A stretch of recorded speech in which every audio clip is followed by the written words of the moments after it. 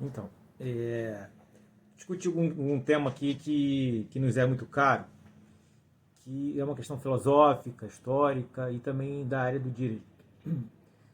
Outro dia eu estava lendo uma coluna de opinião de um jornal e o colunista, não me recordo agora o nome, eu peço desculpas até ao colunista por isso, já tem alguns dias que eu li, ele falou uma coisa que me chamou muita atenção, que nós hoje vivemos uma crise do contrato social. E me chamou a atenção porque o contrato social é aquilo que dá base à estrutura da sociedade democrática ou da ideia de Estado democrático de direito ou mesmo de Estado de direito, independente de qualquer coisa. Né? Então, eu fiquei, né, li a coluna com alguma atenção, concordei com alguns aspectos que ele coloca e não concordei com outros, mas eu quero trazer aqui esse tema para a gente discutir. O que é o contrato social? O contrato social foi uma proposição que circundou ali o período do que nós chamamos de iluminismo. Na verdade, ele viveu aí 3 fases, 3 grandes nomes da filosofia trouxeram à tona o debate sobre a questão do contrato social.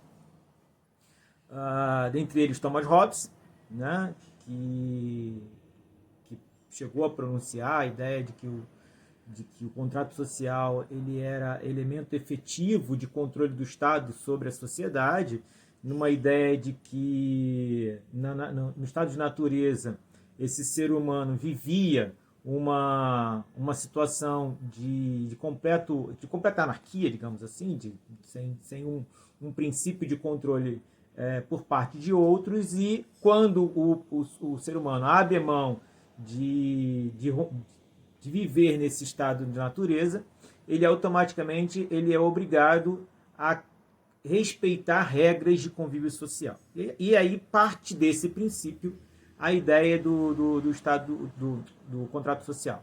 No entanto, na concepção de Hobbes, o Estado deveria propor o contrato social.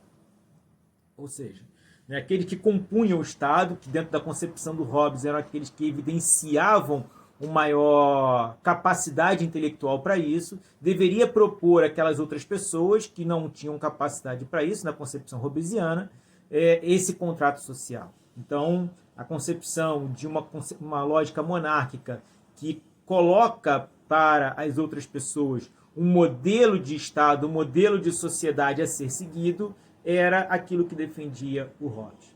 Depois, mais tarde, vem John Locke e faz uma releitura da concepção de contrato social e coloca como necessidade uma participação da população através da representatividade na construção do contrato social.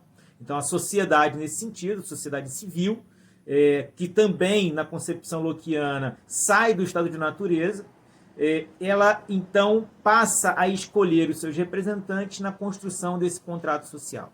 E, mais tarde, de forma mais libertária, a proposição russoniana, a proposição de Rousseau, que tinha por objetivo de uma participação efetiva da sociedade, direta da sociedade, na construção do contrato social. Né? Então, o Rousseau ele traz de volta uma ideia da concepção de democracia da Grécia Antiga, de Atenas, a democracia direta, onde as pessoas iam até a ágora e discutiam ali os processos de desenvolvimento local, inclusive do ponto de vista da legislação, e então, a partir dali, você tinha uma regra social a cumprir. Né?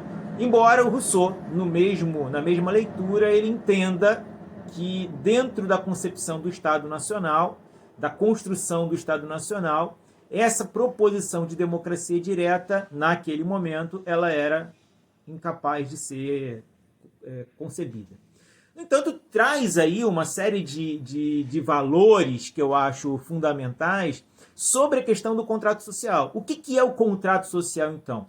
É uma proposição da sociedade para o Estado, um elemento de limitação do Estado, da ação do Estado para com a sociedade, e vice-versa, mas muito mais do Estado com a sociedade, para que você tenha uma organização social. Lembrando que tanto na concepção lockeana quanto na concepção russoniana, a ideia de Estado, embora em Locke ela ainda concebe um Estado mais forte, mas a ideia de Estado ela passa necessariamente pela representatividade da sociedade nesse Estado.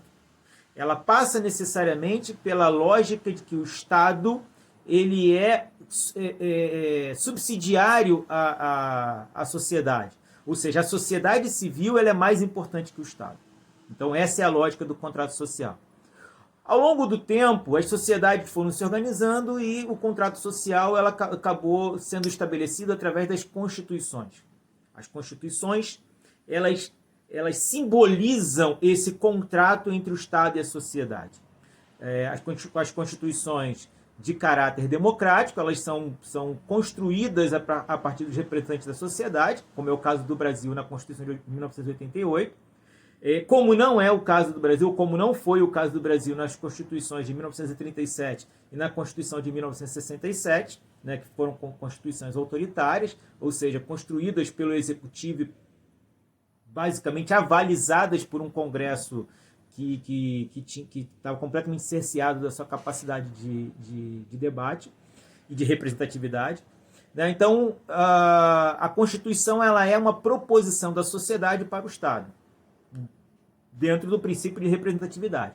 Lembrando que o princípio de representatividade para o iluminismo, né, na estrutura tripartite de poder do iluminismo, o poder legislativo é o poder mais forte, porque é o poder que representa efetivamente a gama da sociedade.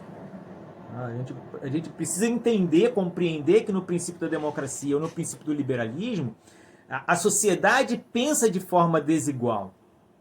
Eu não posso querer aqui achar que a pessoa que está assistindo o vídeo pensa igual a mim. Não pensa. Pode ser que não pense, pode ser que pense. De qualquer forma, isso está garantido na representatividade. Significa dizer que eu vou ser sempre maioria, que eu vou ser sempre minoria? Não sei. Depende da tua concepção e depende do processo histórico, do momento histórico. Certo? Então, essa questão ela traz para a gente a ideia do contrato social. E por que então que esse articulista traz a ideia de que o contrato social estava em crise, ou está em crise? Aí vem um outro elemento que eu acho que seria importante nós tratarmos aqui. O que é o contrato social? É um princípio legal, é um arcabouço legal. E para que servem as leis? As leis servem para evitar que as pessoas as descumpram. Elas não servem para punir. O princípio da lei ele não é de caráter punitivo, certo? Ele não tem esse princípio punitivo. Ela tem um caráter que se define pela prevenção. Ele é preventivo. Esse é o princípio fundamental da lei. Tem até um princípio jurídico em torno dessa questão sociológica, não vou aqui discutir com termos técnicos, mas esse é o princípio fundamental da legislação. Então, nessa perspectiva, se a lei ela serve para prevenir, por que o caráter tão dificultoso desse processo? Porque ao longo do tempo, essa perspectiva da representatividade, ela foi se perdendo. Nós somos agora tão desconexos uns dos outros que nós perdemos a capacidade de nos sentir representado plenamente por um conjunto de 513 pessoas. Seria necessário compreender ou inventar um processo de representatividade mais universal. A informática hoje nos permite fazer isso. No próprio Senado tem eu já falei por aqui, né, uma proposição nesse sentido, mas a questão da lei ela continua tendo caráter de prevenção. Só que nós, indivíduos, nós cada vez mais acreditamos que a lei ela é uma vingança. Que nós precisamos nos vingar através da lei. E isso é um erro. essa perspectiva está equivocada. Eu não posso vibrar, eu não posso achar muito bom comemorar porque o filho do presidente da República ele está sendo investigado. A investigação é algo natural, ela faz parte do processo. Eu não posso achar normal que uma pessoa faça uma delação premiada com o objetivo de obter vantagens. Porque essa pessoa vai falar o que quiser, ou o que quiserem ouvir.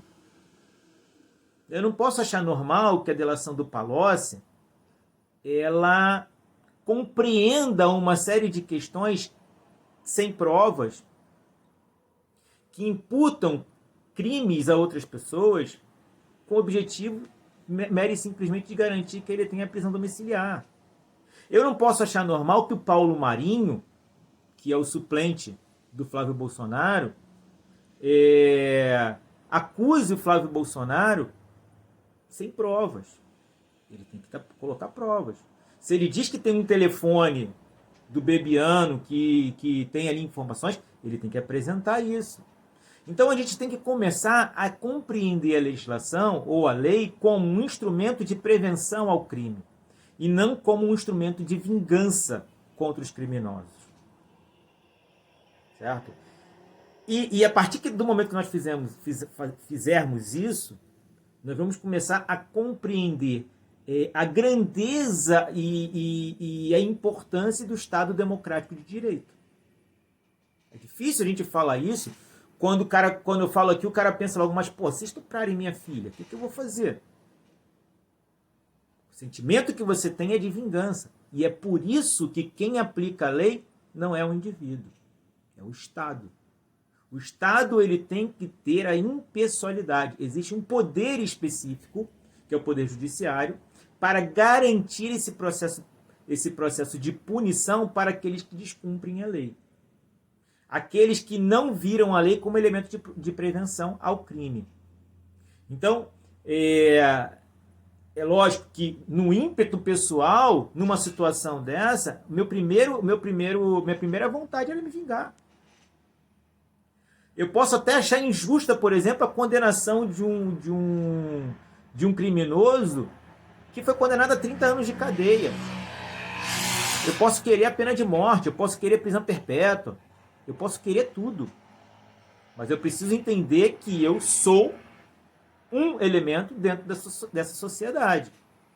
Então a sociedade é que tem que propor essa mudança da legislação, que incorpore esses elementos.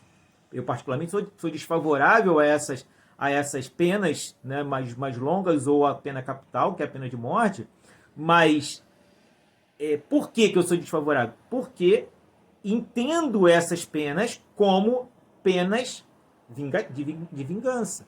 E a lei ela não pode ser um instrumento de vingança pessoal. Certo?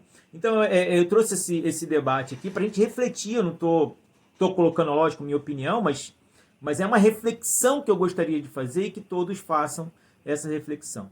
Tá? Então, até a próxima aí, o debate continua. Vocês podem colocar comentários aí, tanto no Facebook, quanto no YouTube, quanto no Instagram. E aí eu tento responder da melhor maneira possível. Um abraço.